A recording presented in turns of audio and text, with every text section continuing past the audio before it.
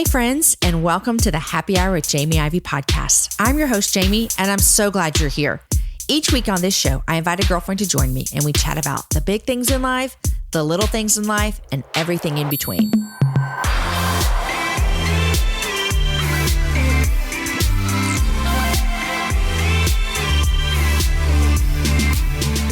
Today's show is brought to you by Samaritan Ministries International. Samaritan Ministries is a healthcare sharing ministry with over 250,000 Christians that care for one another's needs, from broken bones to cancer, pregnancies to organ transplants, all without the use of insurance.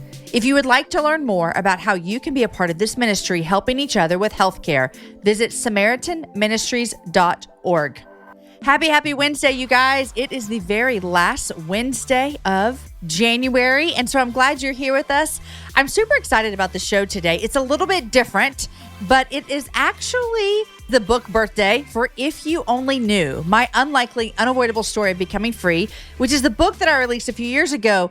And let me tell you, I am always still so honored when I get a message on my Instagram or through an email, or I talk with you after an event and you tell me how much this book has impacted your life. It's all God, and I'm so thankful for it. God is so kind to use our stories for His glory and encouragement in others' lives. To celebrate today, we're going to share 2 If You Only Knew stories from 2 of my friends. Back in 2018, when the book released, we did a mini series where I invited 9 friends to sit down with me and talk with me about what would be a part of their story that they were holding tight to, and then how they found freedom when they were willing to share it. So today, my guests are Shawn and Ginger. Shawn and I met at church, actually, and then we served together at our local county jail. She shares her story of how the secrets of abortion and struggling with alcoholism had kept her sick for so very long. Shawn describes how she would share parts of her story, but it wasn't until she told her story fully and let herself walk with Jesus through all of it that she could start to receive healing. Ginger and I have been friends way before I ever lived in Austin. She's a Nashville girl who moved to the Lone Star State around the same time as our family moved here. Ginger talks about how she lost her hearing literally overnight when she was 4 years old, and how she found herself pulling back and avoiding social settings. I know you will enjoy both of these women's stories today, and I know that you're also going to see yourself in their stories in some way or another, because that always happens. My prayer for you is that you're going to feel a bit more encouraged in your own story, and that you're going to have the courage to begin sharing your own story with those that you walk closely with, and let go of the shame that keeps us so entangled for so many years. Friends, also, have you gotten your ticket to Happy Hour Live yet? I know some of you have, because they are selling fast. Both nights still have plenty of tickets. The VIP is getting slim, so if you want to come to that, make sure you check it out. Go to jamieivey.com/events to buy your ticket. The event takes place here in Austin, Texas on May 15th and May 16th. And what this is you get to see me interview 2 women on a stage. We also have dinner. We have drinks. We have goodie bags. We have a DJ. It's basically the best girls' night you've ever been to. So grab your girlfriends, grab your mom, grab your sister-in-law, or you guys, come alone. People do it all the time. Have yourself a girls' weekend right here in Austin, Texas. Check out jamieivey.com/events. All right, friends, here are my friends, Ginger and Shawn, sharing with us their If You Only Knew story. Hey, Shawn, so what was your If You Only Knew? So for me, it was 2 abortions that I had had in my past. So my first abortion, I was a senior in high school. And then the second abortion was when I was in college. Okay. And the details on the second are a little fuzzy. I don't know if it was when I was a freshman or a sophomore, but it was somewhere around that time. Why are the details fuzzy? I think just because I was in such a bad spot during that time. And a lot of partying, a lot of drinking, drug use. And there's some times in my life that are very blurry. And this is one of them. And that's one of them. Yeah. So you had these abortions. Both of them you were really young, let's just be honest. But a senior in high school. That was 17. 17. Who knew about this abortion? Nobody. Your mama didn't know? No. So my boyfriend was older. He was in college. And when we found out we were pregnant, we just made the decision to have an abortion. I didn't tell my mom. Nobody in my family knew. None of my friends knew. And he paid for it. I went and had it done. And then that was alone? it. I went by myself. Yeah. That gives me chills, Shawn. Yeah, I went by myself because for whatever reason, he was still in school and he wasn't able to be there that day. And so I just went by myself. And it was so interesting too, because I was still in high school. And I remember that I had to miss a basketball game because I was, not able to play. Yeah. And it was interesting because there was a newspaper article a couple of days later about the game and that I was missing because I had the flu. But it's just so interesting that that was like recorded in, history in some way that. You don't still have that article, do you? I don't know. Maybe. Okay. Maybe. So you go all alone, which is just, that literally makes me want to cry that you had to endure that all alone.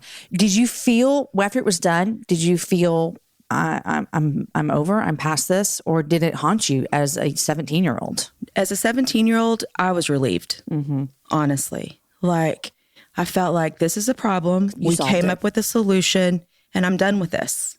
And we just moved forward. Life went on. Yeah. Now, what about college? So college, that whole situation was so different. So that pregnancy was basically a one-night stand. And I found out I was pregnant. I had already been through this before. So I knew exactly what to do, where to go, went alone again, had another abortion. Nobody knew. The guy didn't know. Even the guy this time didn't know. Yeah. But it's interesting because the relief that I experienced with the first abortion, that didn't happen with this. It did not happen. I don't know. I don't know if it was God. I don't know if it was just where I was in my life, but the relief didn't come. And instead of experiencing relief and just being able to move forward, it was just this, it was almost like a physical pain. I just can't even hardly explain it. And I started having some anxiety, depression, and I don't know if it was related to the abortion, but the timing was interesting. I was still partying a lot, so possibly that had something to do with it. But my life just really started to take a turn at that point, and it seems like it was that second abortion where I really started struggling. Kind of spiraling out of control. Yes. Yeah. Low self-esteem, unworthiness, feeling that I was a terrible person. I knew I wasn't one of those girls that had an abortion that was clueless. Like, I knew exactly what I was doing. I knew that that was a baby. It was my baby, and that I was ending its life. Yeah. Like, I got that. There are some women that are naive about that, but I wasn't. Yeah. The first time and the second time? Yeah. Yeah. So you're living with these secrets, which the first one, it sounds like it didn't really bother you. Right. It's just you solved your problem, moved on. And the second time, you now are having these secrets and nobody knows. Did you often think about it? I don't know if I really, no, I don't think I did. Like, I didn't actually think about the procedure, or I just tried to just forget all of it. I didn't want to think about it. Yeah. When did it become an issue for you that you became feeling like if people knew this about me, then they would think fill in the blank? When did that happen? And what lie did you believe people would think about you? So it was when I met Curtis. That's your husband. My husband today. And I just thought if he even knew half of my story. And you two were not believers. Right. So, I mean, I want to throw that in there as well. I know your story. Yeah. So if he even knew a little bit about my past, would he completely freak out? Because there was a lot of drug use, a lot of sexual sin, those abortions. I mean, just some stuff that's just ugly. And my husband, Curtis, is just such a clean-cut, moral kind of guy. And of course, he had his college days, but that boy's on the up and up. So you were putting like, I mean, this is basically my story as well, Shawn. You know this. When I meet my very clean-cut, had never done anything wrong husband, which he always says, yes, I have. It just didn't look like yours, you know, which is the truth. But you meet him and you're like, he doesn't even know what he's getting. That's exactly right. It's exactly right. And so I was honest with him initially just about some of the drug use and about the partying. And he's like, okay, if this is going to go forward, drug stuff's not happening. And I was like, okay, no problem. Because I really, really liked him. Yeah. So that was easy for me. But I didn't share with him about my abortion until it may have been a year into dating. And it was in a drunken, crying mess on the floor confessing that I had had an abortion. You said one. Couldn't tell him I had had two. Which you're thinking now as you're 15, 20 years into, or however, how long have you been married? 17. Okay. Oh, like us. So you're 17 years in. Aren't you just thinking now, just get it all out? Yeah. Like, why do this again? Yes. Oh, So you tell him weird. about the high school or the college? The high school. Okay. I told him about that abortion. And what's so interesting, Jamie, is because honestly, the second abortion, I just I didn't forget about it, but it was almost like it didn't even happen. Mm-hmm. You kind of just maybe traumatically blocked it. Yes. Yeah. It's so bizarre. And to elaborate on that, it wasn't until I actually went through an abortion healing study that second abortion even came back up. Wow. Like I had literally it buried it and blocked it deep. Mm-hmm. It was gone. So when you're telling Curtis, what did you think he would think of you or react? What was the fear? Where was the fear? My fear was that he would think I was a horrible person, horrible person. Yeah. That he might not want to continue this relationship. But that was something I really felt like I needed to share with him before we moved forward, because that's a really big deal. Yeah. And we never talked about it though after that. After I shared that with him, he never asked me anything about it. We never talked about it. What did he say? What was his response? I don't know. You were drunk. It's not funny, but it is. I have no idea. Yeah. Well, you're married 17 years. So apparently, it wasn't a deal breaker. Yeah. It's interesting. Now, because I know some of your story and I know that you and Curtis later within your marriage started following Jesus together through some other things in your life. After you became a Christ follower, was that fear still there? Did it increase? Do you remember the first time you said this to anyone else besides Curtis? Yes, vividly. So I actually went into recovery for alcoholism. In recovery, I met my first sponsor. And my first sponsor is who I shared with the abortions, both of them, everything. So this is the second person you shared this with? The second person that knows. And I mean, I just told her everything. Because all that's part of recovery. It's part of rehab as well. Yes. The 12 steps, you lay it all out. Yeah.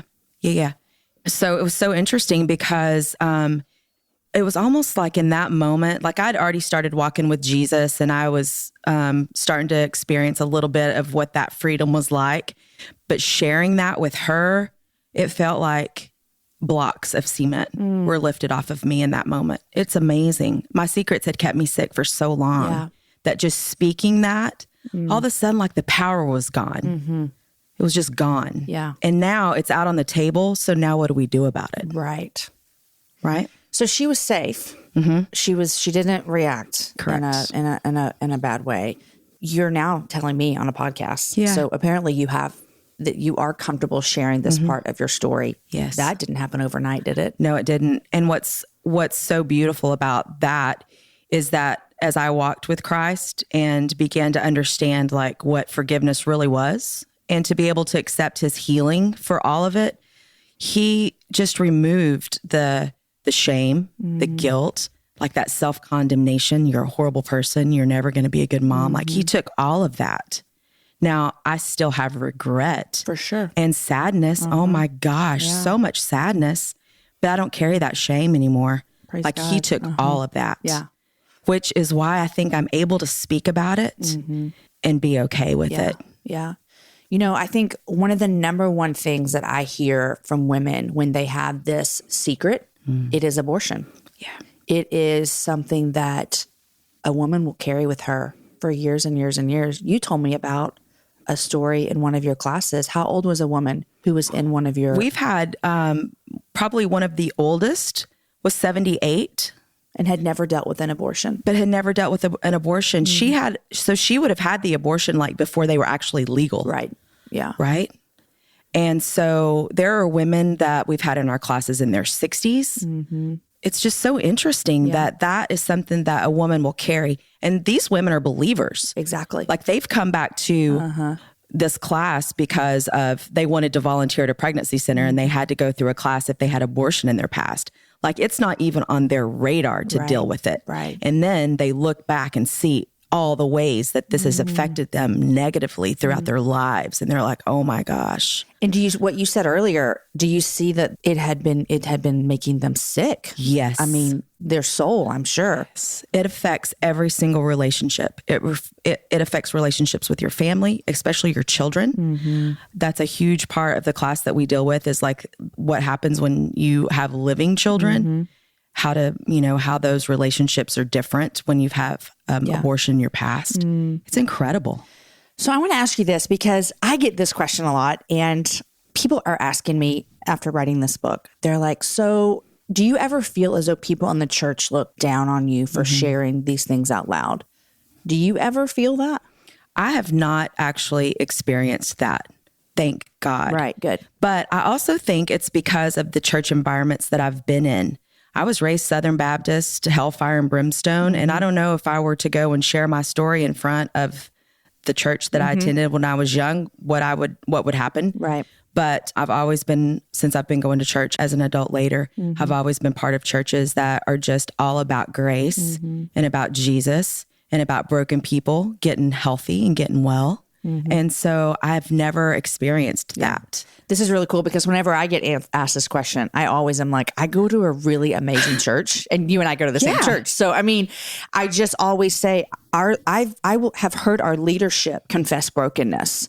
And I think that trickles down into the whole church body of just realizing that we're all broken people in need of a savior. And so you can bring your stuff, lay it on the table, and I'll lay mine out, and we'll let Jesus deal with it, and we'll move on. Yeah. You mentioned that you were in rehab. How has that been? Have you ever had fear with sharing that with people? No. No. I love it, Shawn. No. And I think because I lived with these secrets for so long, when I finally realized it was safe to talk about it, and I wasn't the only person that experienced it, that God really just said, it's okay to share, and do it. Do it, because you might help somebody else. And so there's been a lot of freedom in being able just to talk openly about it, especially because everybody in my family knows. Curtis and I have this conversation, with our children. My kids know. Everybody knows all my junk, and that's just a part of who I am. It's interesting because somebody asked me a couple of days ago, is it hard to share your story in light of being married to Curtis? Like, how does he feel about you sharing about your abortions and your alcoholism? And before we started this journey, I asked him, I said, when I'm sharing this stuff, is this something that makes you feel bad? Do you feel shameful, or do you feel embarrassed? Yeah. Is this something that's okay for me to continue to do? Because if it's not, I'll shut this down right now. Yeah. And he's like, baby, those things are who makes you are. Those are the things that make you who you are today. So I love it's really hard for me to talk about Curtis, so I try not to ever bring him up. I'm the same way, girl. I mean, when I give you a copy of my book and you read it, you're going to see that Aaron and I had these same conversations. And my sin was sexual too. Yeah. And then coming before my husband, who Aaron had never kissed a girl. And then I'm like, hey, here's me used up, and you feel that way. And Aaron reacted the same way. And here's what it is when you and I, or whoever's listening, or whatever your sin struggle may be, it can be pride for the love. And it's just as bad as what you and I are sharing.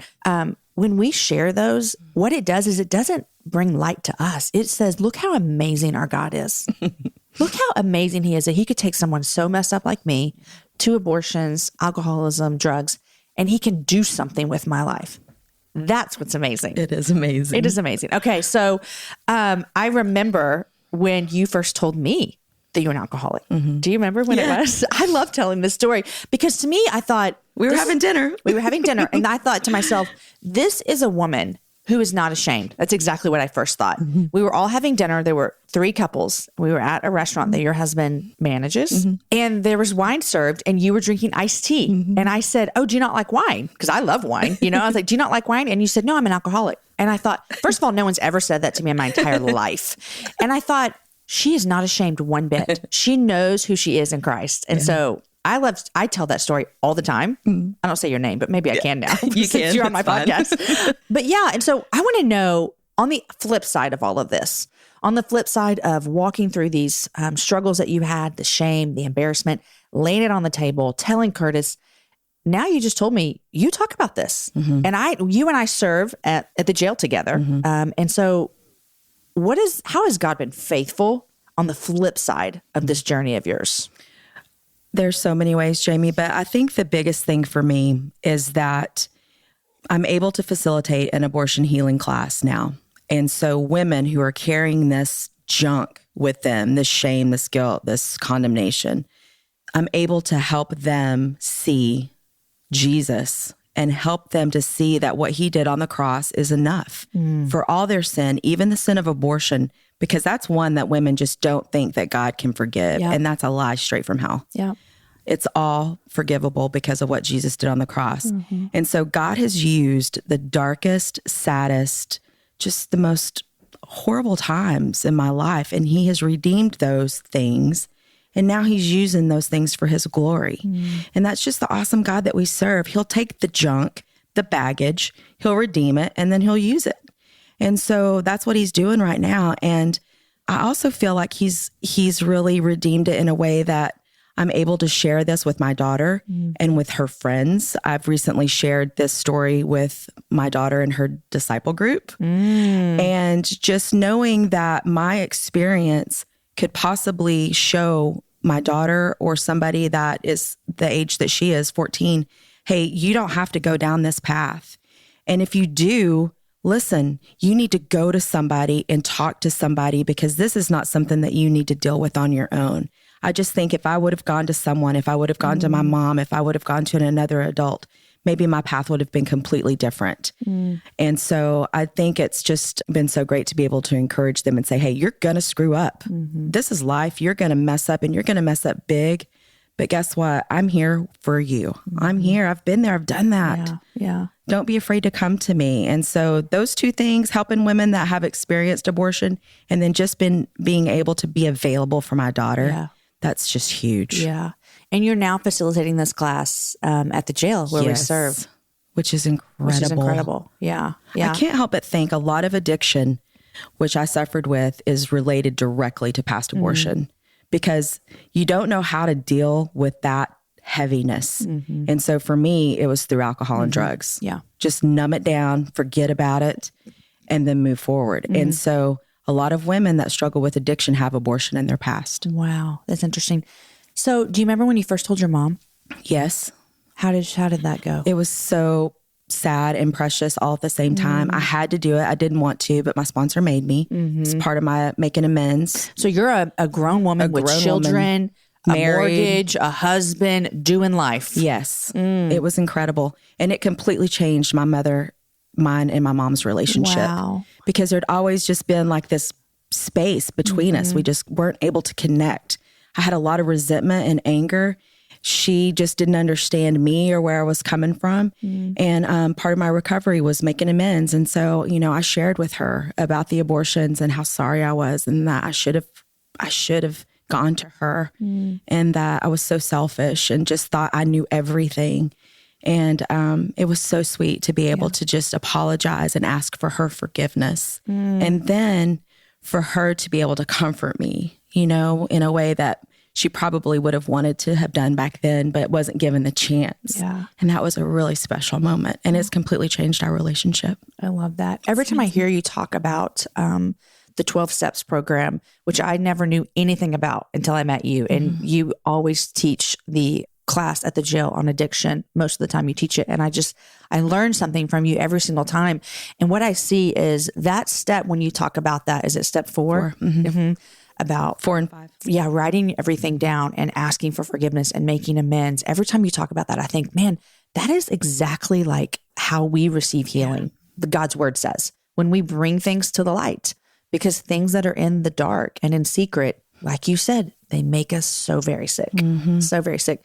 So I remember the first time I shared online about being pregnant in college as well.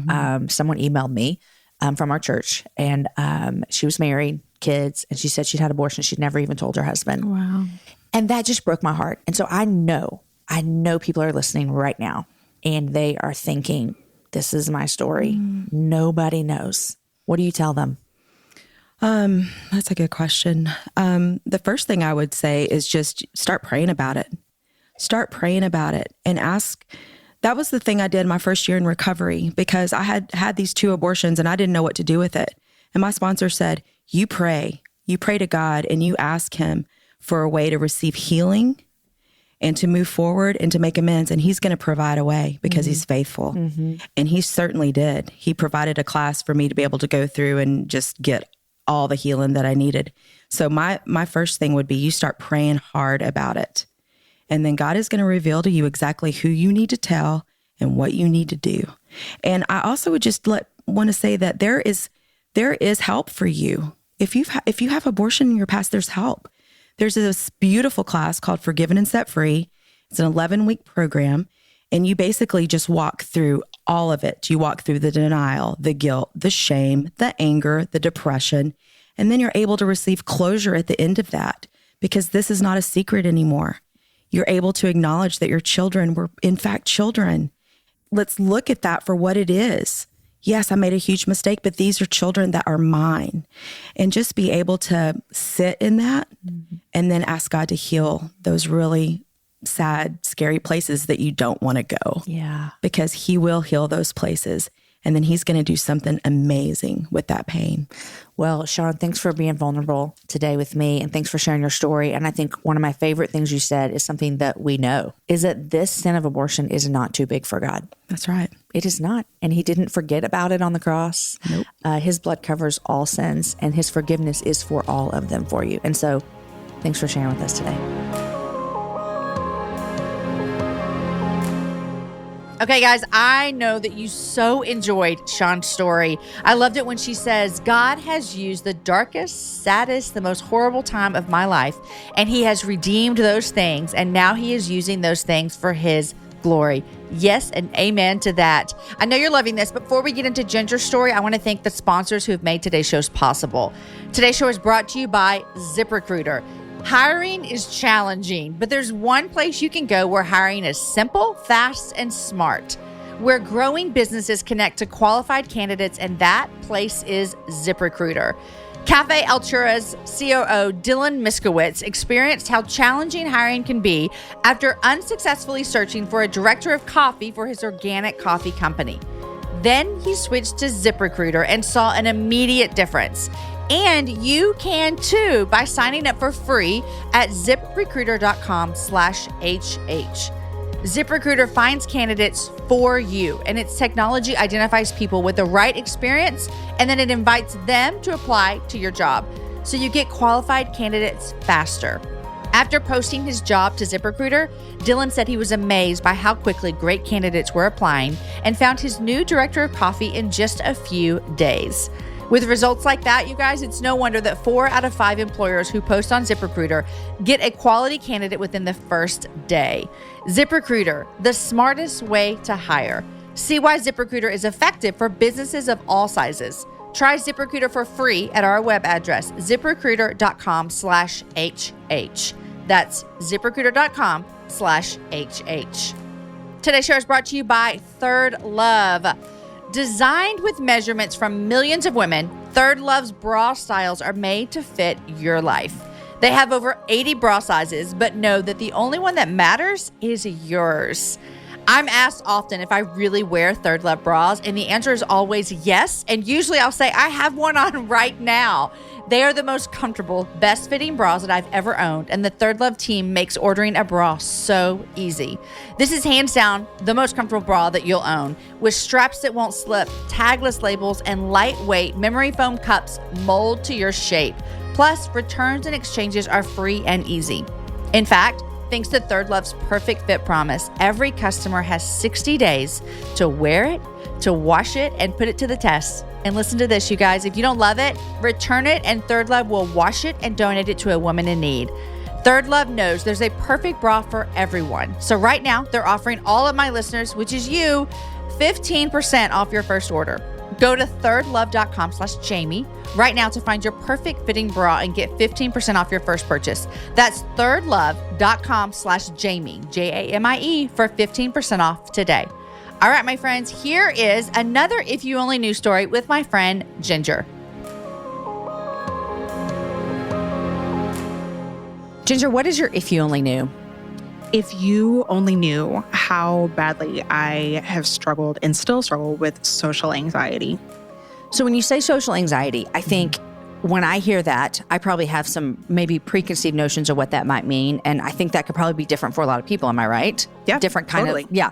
So what does that look like for you, social anxiety? So for me, when I was 4 years old, I lost my hearing overnight and basically became It was literally deaf. overnight? I didn't know that. Yeah. I went from having perfect hearing and praise God, had learned how to talk and everything before I lost my hearing. But overnight, I think it was some sort of infection. Woke up the next morning and I was deaf. Do you remember that? I do. I remember it. I remember the panicked just feeling of waking up and thinking there was something in my ears. I couldn't get it out. I couldn't hear people. It was really being at a loss. So I'm legally deaf. I have about 20% of normal hearing. In both ears? Together, I have about 20% with both ears combined. But I have hearing aids, which are a tremendous help, but they're still not normal hearing. And so I really struggle in social settings when there's a lot of different sounds going on. When I walk into rooms of people and there's more than one conversation, more than one person talking, or when I go into loud settings where there's music in the background and people talking, my brain has a really hard time figuring out which things to tune into and understand and which things to not. And so social settings are very difficult for me to understand anyone. I rely so heavily on lip reading that if I go into a dark theater or if I go to a show, then I can't see people's lips, I really struggle because then I can't hear, I can't understand. And so that for me has caused what I call like just social anxiety in social settings. Not being able to control all of the environment is really hard. So I know this about you because you've told me before, and one of your closest friends, like oldest friends, Maris, I just know this about you. And she's done a really good job when I've seen y'all out places to try and help you in those situations, and just to make people aware that might be a struggle. But what I want to know is, I know you as, a 30-something-year-old woman, and this is something that you struggle with. And I know that you've talked about it and, you're open with your friends about it. But what did that look like for like 15-year-old Ginger? It was so hard. And it's something that I struggled with for so long internally. Because were you embarrassed? I was embarrassed, but I also didn't know how to talk about it. Okay.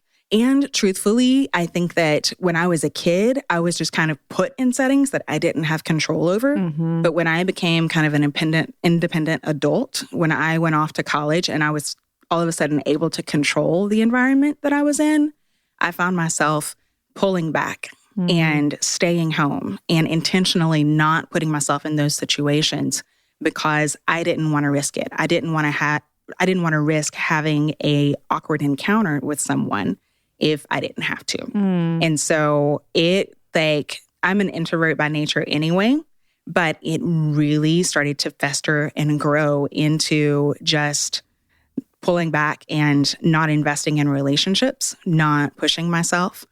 I mean, and this is something that truthfully, I've never really shared. Like, I've talked about this with my girlfriends and with my community, but it's part of my story that I haven't shared with a lot of people. So what would that, because I am getting a sense to that awkwardness that it could feel like, but as someone who's never been in your exact shoes, that scenario when you said you kept it internally and it caused you to pull back, what were you afraid of? You said the awkwardness of it? Awkwardness, because with my brain, I relied so much on lip reading that if I can't tell if someone is 2 feet behind me talking to me because I can't hear them and I can't read their lips. And so in a normal setting, somebody could just come up behind me and say, "Hey, Ginger," and I'll have no idea. And a lot of times that comes across as rude or it comes across as awkward, or someone can say something to me and I can ask them to repeat themselves 5 times. But because there's music in the background, it doesn't work. I have a really hard time understanding. So without you, when you're having these moments, and I can only imagine how difficult that must have been as a teenager, because I know it's difficult as a grown woman. And just things are harder when we're teenagers. Sure. When you're having these, like internalizing this and feeling afraid of the situation, and you were probably afraid of what someone was going to think about you. Do you remember what it felt like when you kind of verbally said this out loud? Because you're pulling back. And did you have friends in your life that are like, Ginger, is something wrong? Why are you pulling back? Do you remember what it was like the first time you actually acknowledged, I'm pulling back. I'm really scared about social situations and they make me uncomfortable. Do you remember the first time you kind of said that out loud? Well, I think that when I was in college, and then even just the like church and community groups that I've been a part of since then, I've had friends who know me well in a one-on-one setting. And then when I'm in a social setting or in a large group setting, they're the ones who have noticed. Because they're like, what's wrong? Are you okay? Okay. Like, is something wrong? Because all of a sudden, I'm not being myself. I'm not contributing to conversation. I'm kind of hanging out back here in the corner because I'm not going to jump into a conversation when I can't fully understand everything that's going on. Yeah. And so I remember talking about that with my girlfriends. And for one thing, feeling so loved that they would notice that about me and that they would take the time to ask me about it. And that's what really kind of started those conversations of, okay, we didn't know that you struggled with this. Like, how can we help? And you mentioned Maris, like the women in my community group are so loving in that way. And this is such a normal part of life for me. I don't think about being handicapped or being deaf. God's been really gracious in that I've lived a very normal life. So normal, in fact, that most of my friends forget about it. But in social settings or in, say, like community group, I'm in a community group with about 18 people. That's It's a huge. lot. Yes. And most of my good girlfriends are in that group and they're very aware of it. But also I feel so loved by my community in that their husbands, like I'm good friends with all of their families, and even their husbands have cued into just physical things that they notice when I'm struggling to hear, where I'll turn my head so that my ear is closer to the person talking, or I will cut my hand around my ear. And like some of those husbands are the first to notice and the first to go and turn the music down in the background. Yeah. Or switch seats so that I can be closer. So I felt really loved by my community in that. So I want to ask you this. I'm really intrigued about how keeping that internally was really, really hard for you. And I don't necessarily, what I hear you saying is the struggle has not gotten easier. No. The struggle is still there. But explain to me the difference between, because I think that's a misconception that sometimes people have, is that if I am open, then the struggle is going to go away, or God's going to take this from me, or I'm never going to struggle with this. You know, yours is not even something that you can, physically help. Whereas I might struggle with, pride or greed or shopping or whatever. But talk to me about the difference you feel though, because God has not healed you. You still only have 20% of your hearing. But what is the difference in your soul? Yeah. Even though this anxiety struggle is still there. Yeah.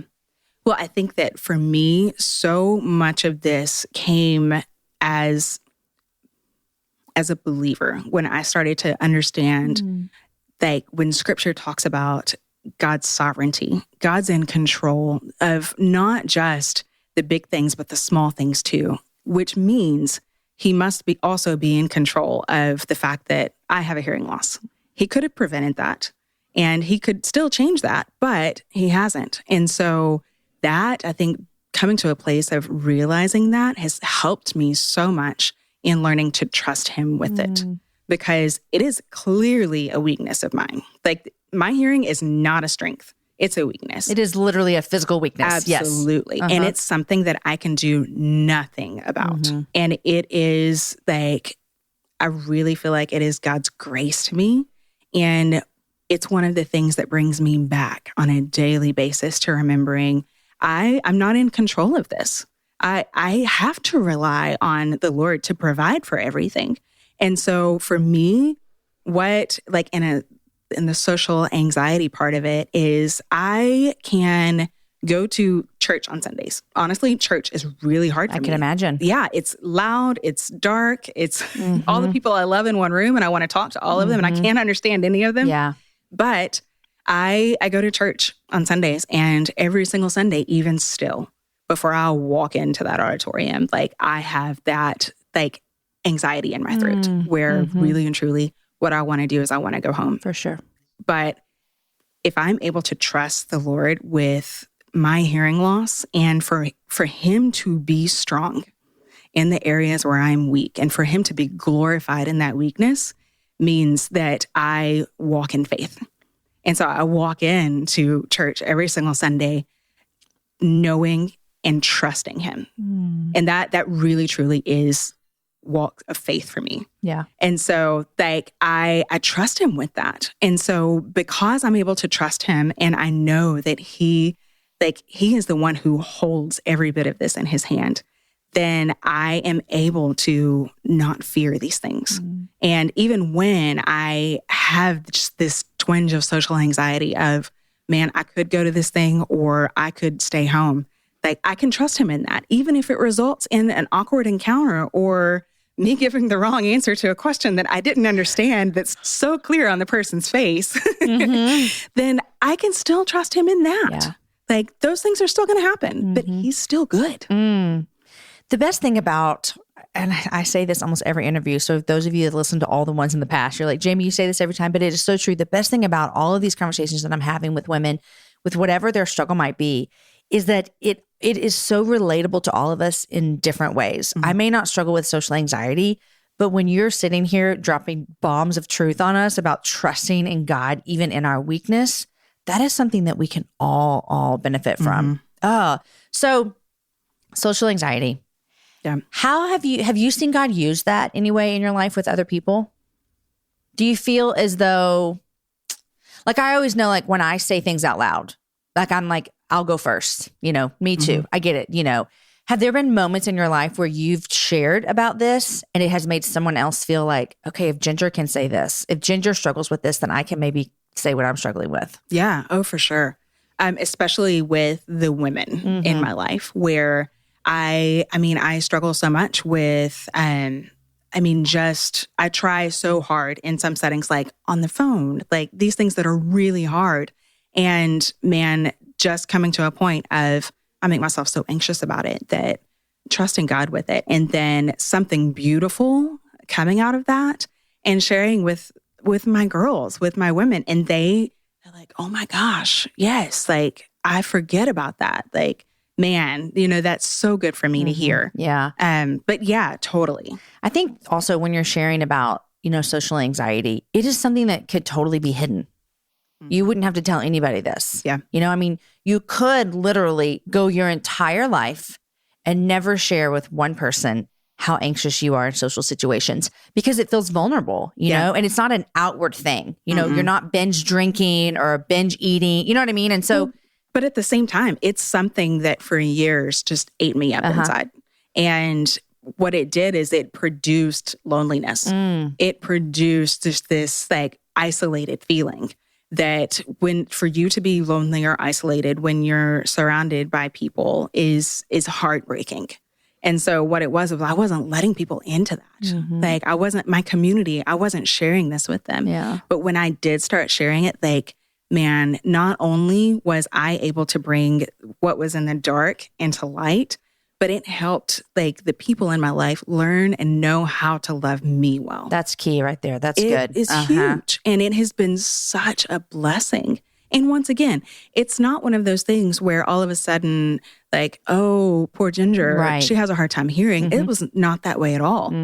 It's become a very natural part of life for all of us to where I don't feel different and I don't feel handicapped or deaf or whatever. I feel very much like a normal person who lives a very normal life and has people in her life with her, who understand that. So community has been such a blessing in this. Well, so many great things from this today, how your community loved you better once you showed them your struggles. And I think that's what we're afraid of sometimes is the opposite will happen, is that our community will abandon us or our community will not get it so much so that they will inadvertently abandon us because they just don't get our struggle. Yeah. And you're saying, I brought my struggle out and they love me more. And then also, I really love how you were talking about how your struggle was producing other things in you. I mean, it was not allowing you to thrive as a person. And so bringing things to the light is what God asked us to do. And it produces stuff in us that could not happen otherwise. So, Yeah. Ginger, thank you. Friends, I loved it when Ginger reminded us that God's in control of not just the big things, but the small things too. He's the one that holds every bit of this in his hand. You know what? I say this all the time. I believe that stories can change the world. Everyone has a story. You heard Ginger's today. You heard Shawn's today. And some parts of those stories may feel too hard to tell. But my hope for you is that when you hear these stories, that you'll be encouraged and trust God more as you hear how God remained faithful and good and how sharing their struggles has allowed light to shine in the darkest of places. I'm so thankful for each of the women for their courage, honesty, and vulnerability in sharing their stories with us. If you'd like to hear the rest of these stories from that If You Only Knew miniseries, please check out the blog post today and we will link to all of them. Today's show was edited by Chris with Podshaper and the music was developed for the show by Matt Graham. Show notes are written by Aki Slockers and the whole thing is organized by Lindsay Sweeney. Next week, we have a new friend. Esther Fleece is on the show. Her new book is available right now. It's called Your New Name, Saying Goodbye to the Labels That Limit. We talk about Esther's vulnerable story, the labels that marked her for years, and how God used community and his word to reveal to Esther that God never names us out of our sin, but calls us forward. He names us based on our future. You're going to want to tune in next Wednesday. I loved meeting Esther and having her here in the studio. Also, don't forget, we have our Your Last Decades, which air on Friday. We're loving these shows so much, and we're hearing from you that you're loving them too. This was just going to be a January thing, but guys, we're going to keep going for at least a couple more months because it's been so fun to talk with people as they look back on the last decade and then look forward to what they hope for in the next 10 years. I am loving it so very much. Guys, enjoy your week. Share the show with a girlfriend. Have a happy hour with a friend. And I'll see you guys back here next week with my friend Esther.